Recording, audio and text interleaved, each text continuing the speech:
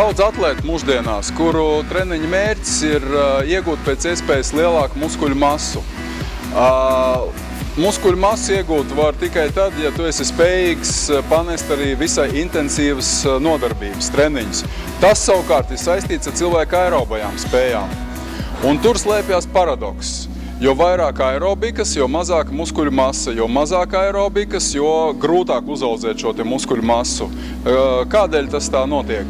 Parasti visas aerobās nodarbības notiek uz tā saucamajiem kardiotrenažieriem, kuri nodarbina tieši ķermeņa lejas daļu.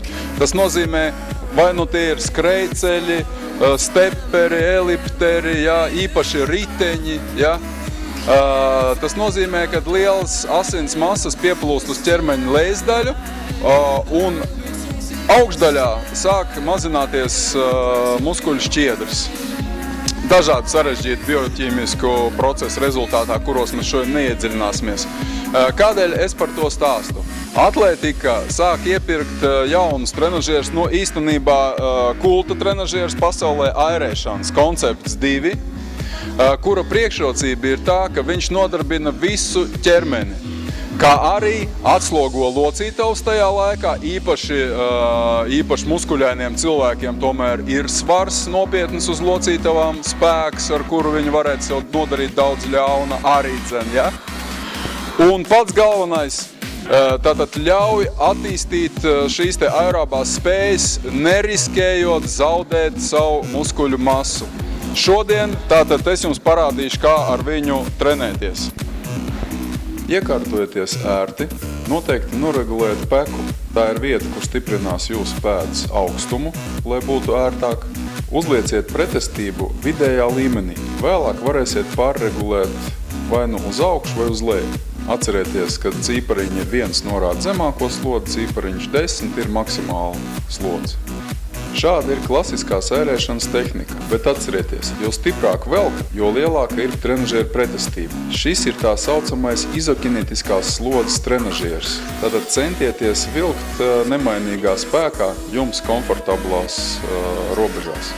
Ja jūtat sevī spēku pieplūdumu, ir arī šāds koncepta izmantošanas variants, kam gan ir maz kopēja ar klasisko ērēšanu, bet tas lieti noderēs, ja esat nolēmis ievērojami sevi noslogot. Šāda tehnika ievērojami palielinās nodarbības intensitāti, papildus noslogojot vēdera presi un plecus. Tomēr esiet uzmanīgi, jo treniņos vairāk nevienmēr nozīmē labāk.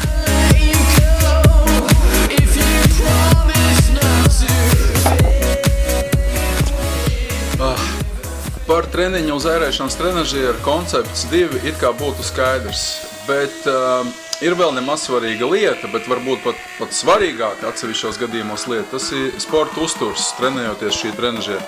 Mēs jau runājām, ka viņa īpatnība ir tāda, ka tiek noslogoti visi muskuļi.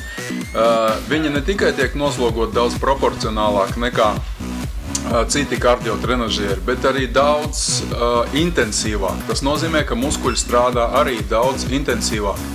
Lai pēc iespējas efektīvāk atjaunot savu muskuļu masu, parastās nodarbībās, es iesaku lietot Gold Drink Premium ar aminoskābēm.